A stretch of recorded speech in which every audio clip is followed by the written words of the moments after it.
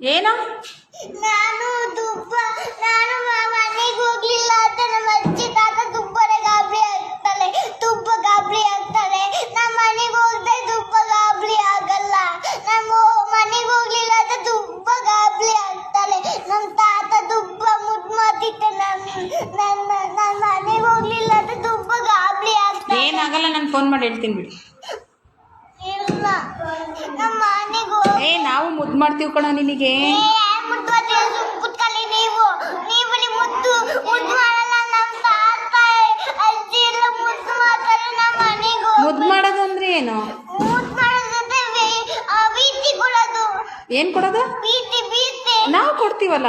ನೀವೇ ಗೊತ್ತಿಲ್ಲ. ನಮ್ಮ ಮನೆಗೆ ಹಂಗಂದ್ರೆ ಏನು? ಪ್ರೀತಿ ಕೊಡೋದು ಅಂದ್ರೆ ಏನು? ಬೀತಿ ಕೊಡೋದಂತೆ ಮುತ್ತು. ಮುತ್ತಾ? ಮುತ್ತು ಕೊಡ್ತೀನಿ ಬಿಡು ನಾನು. ನಮ್ಮ ತಾತ ಮನೆ ಮುತ್ತು ನೀನು ಮುತ್ತು ಕೊಡ್ಬೇಕು.